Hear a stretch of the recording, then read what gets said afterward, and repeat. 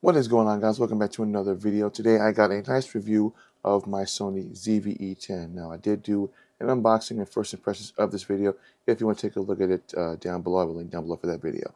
So I've had this camera for about almost 2 months, and I actually bought this used at a really good price.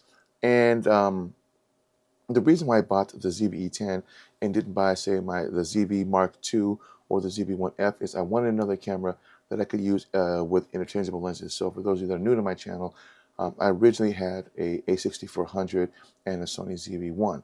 I actually got rid of those, or actually I traded those in to buy the Sony FX30, which is also an APS-C censored camera, just like the A6400. Well, I also wanted another camera with the same, that I could use the same lenses on. And I didn't want to buy a full frame because then I have to buy into a new lens system and that would be more expensive.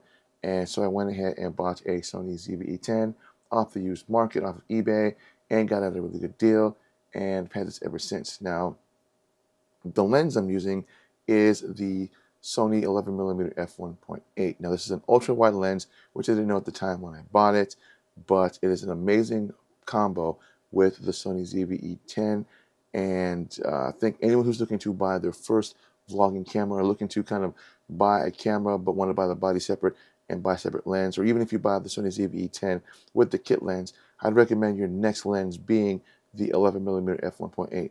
Whereas it is good for vlogging if you're out and about doing daily vlogs of that nature. In terms of a talking head vlogs, probably wouldn't recommend this. I'd actually would recommend the Sigma 16mm as the ultra, as this is an ultra wide lens, so it is a much wider lens. So if you don't want to be capturing just about everything in the back of your room, the Sigma 16mm is a much better choice for that. Now, in terms of vlogging, just carrying it around and doing daily vlogs, again, the Sigma is a great lens for that, but it's a little bit big and bulky for this type of lens. Otherwise, this is an amazing camera. It's an APS-C censored camera, just like my A6400 as well as FX30, so it is a much smaller lens, but when it comes to capturing low light, it does a pretty good job of it. I haven't really had a chance to do any like low light stuff because I don't really do a lot of low light videos with this, but paired with the 11mm, it is the perfect vlogging camera.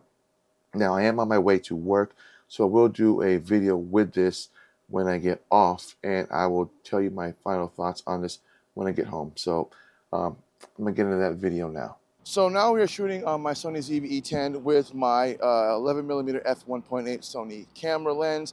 Now, I did just get off of work, so if you hear a little bit of the noise, I do apologize. I am sitting next to a bunch of trailers that have some coolers in them. If not, then the microphone that I'm using is pretty good at blocking out the noise. This is a Lark M1 from Hollyland. Otherwise, this is the combination that I use for simply vlogging. This is, again, the perfect lens for vlogging because, one, it's an ultra-wide lens, and the Sony cameras, at least the APS-C sensor cameras, do crop in 1.5 times if you're using active steady shots. So if you want to keep your videos from being any type of shaking or anything like that, you use active stabilization. But with most lenses, it tends to crop in a lot closer than you want it to. But again, this would be an 11mm lens.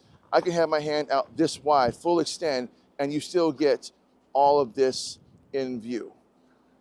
Now, I usually use this combination when I'm doing any type of vlogging outside. Otherwise, when I'm at home, I do use the Sigma 16mm, or occasionally I'll use the kit lens.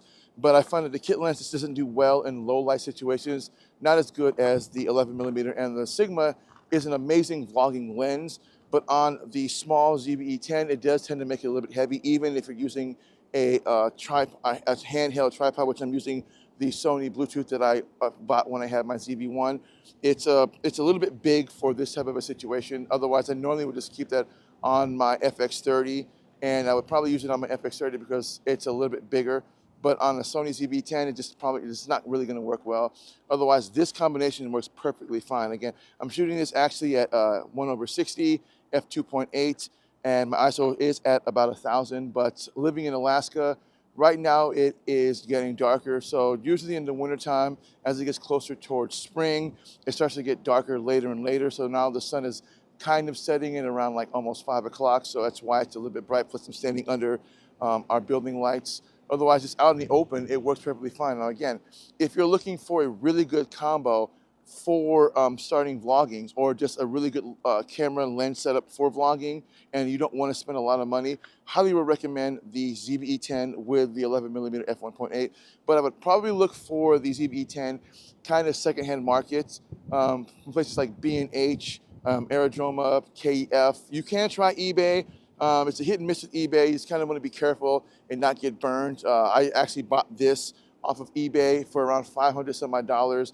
The guy said it was used, but actually when I got it in the mail, it practically looked brand new. I mean, it didn't look like the guy used it for a lot other than just photos. And even when it came to the photos, he didn't really shoot a lot of photos on it. So I actually got a really good deal with this camera. Otherwise, it's the perfect vlogging camera, even for setting up for Twitch streaming and for live streaming and things of that nature.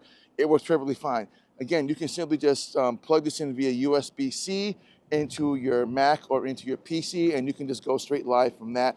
And then again, when you're out and about and you're vlogging, you can get a really good handheld tripod. Again, I'm using the Sony one, which I have a link down below if you want to take a look at that. And I can simply just use it as a remote. So I can have my camera on a tripod, use the remote to simply just take pictures or to take videos without me needing to actually hold it up. Otherwise, this is a really good combination. I'm using the Hollyland Lark M1 microphone for this. It's an amazing little wireless microphone. And so yeah, so this is what I use. Again, this is a really good camera. So if you're looking for something really good, budget friendly, definitely would take a look at looking at the Sony ZV-E10 and the 11mm Sony f1.8. Otherwise, I'm gonna finish up the rest of this review when I get home. And now that we're back home, so my final thoughts on this camera. Now, who's this camera really for? It's a budget camera in every sense of the word in terms of what you need it to do. It still has, again, the nice articulating screen, which is amazing. It's what you really would need when you're doing any type of vlogs. And you can still do a lot of vertical content with this. So if you want to do TikTok videos, or if you want to do Snapchat or Instagram pictures or photos, then again, you simply just slap this on the cage sideways. Again, the articulating screen, you simply just flip it over, and you can really do some really cool shots with this. Now, I don't really do that with this camera. I'm starting to learn how to, because it is something that is actually kind of cool, as opposed to me having to use my phone to do it all the time. I just simply just upload the footage and then just export it that way, which is a little bit more of a pain, but it's something that I'm learning how to do. Other than that, now, the only gripe I have with this, and I really want to say it's a gripe, is at price, this is a $400 or $750 camera. It would have been nice to give you some touch functionality. Now, you do get this like as you would get on the Sony ZV-E10 or the ZV-1, the ZV-1F.